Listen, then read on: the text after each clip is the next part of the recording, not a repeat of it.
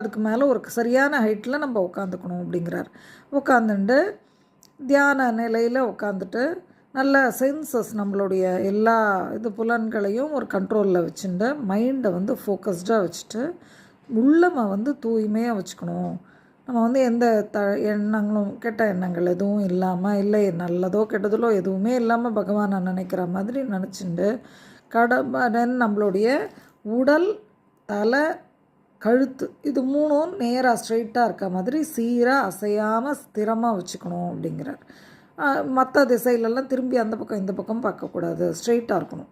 இருந்து மூக்கு நுனியை பார்க்கணும் அப்படிங்கிறார். மூக்கு நுனியை பார்க்கும்போது சுவாமியை நினச்சி அப்படி மூக்கு நுனியை பார்க்கும்போது கொஞ்சம் நேரத்தில் அது கண்ட்ரோலுக்கு வந்துடும். அதுக்கப்புறம் நம்ம கண்ணை மூடி தியானம் பண்ணலாம். தென் பிரம்மச்சரிய விரதம் அந்த நேரத்தில் எந்த விதமான ஆசபாசங்களுக்கு இடம் கொடுக்காமல் இருக்கிறது தான் பிரம்மச்சரியங்கிறது. நாட் ஓன்லி இது, அதாவது நான் பிரம்மச்சாரியாக இருக்கேன் அப்படின்னு சொல்கிறாங்க இல்லையா, அது கிடையாது, எல்லாருக்குமே பொருந்தினது. எதுலேயும் பற்று இல்லாமல் இருக்கிறது.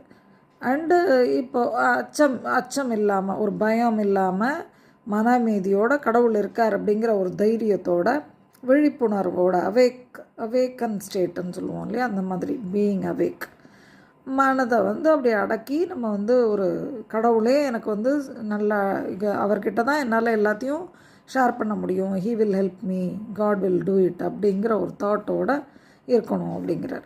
இது ரொம்ப நிறைய சாப்பிட்றவங்களுக்கோ இல்லைன்னா ரொம்ப தூங்குறவங்களுக்கோ இது பலிக்காது.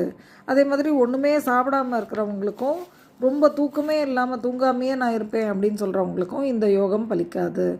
ஸோ நீங்கள் நல்லா இதை கரெக்டாக சாப்பிட்டு கரெக்டாக தூங்கி எல்லாம் கரெக்டாக இருக்கணும், அதாவது நம்ம பாடி கண்டிஷன்ஸ் எல்லாமே கரெக்டாக இருக்கணுங்கிறத சொல்கிறார்.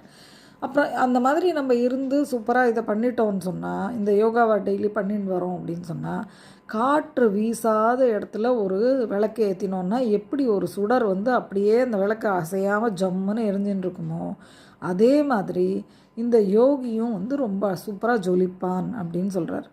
ஸோ இதை இந்த விஷயம், இதை இப்போ சொன்ன இந்த விஷயங்களை ரொம்ப கிளாரிட்டியோடு வச்சுக்கணுங்கிறார். இந்த கிளாரிட்டி இருக்கணும் நம்மளுக்கு, இது என்னங்கிறது கிளியராக தெரிஞ்சுட்டு இதை நம்ம இதுலேருந்து விலகாமல், இதை விட்டு நான் விலக மாட்டேன், கொஞ்சோண்டு ஆசை கொஞ்சம் தூரம் எங்கேயோ போய் கொஞ்ச நாள் இல்லைன்னா எனக்கு கடவுள் வேண்டாம், நான் உங்களோட இருக்கேன்னு ஏதாவது ஒரு தப்பை பண்ணிவிட்டு திருப்பியும் உட்காரும்போது என்ன ஆகும், அது துரத்தும், அந்த மிஸ்டேக் துரத்தின்ண்டே இருக்கும். ஸோ அது பண்ணக்கூடாது. முடிஞ்ச வரைக்கும் நம்ம மிஸ்டேக்கே பண்ணக்கூடாது. பண்ணியாச்சு அப்படின்னாலும் இனிமேலும் அதை பண்ணாமையாவது உட்காரணும். உட்காந்தாக்க அதுலேருந்து எப்படி டேக்கிள் பண்ணணுங்கிறத நம்ம கற்றுண்டு ஜெயிச்சு வந்துடணும், எப்படியாவது மேலே வந்துடணும் அப்படிங்கிறத அவர் சொல்கிறார். ஸோ இந்த மாதிரி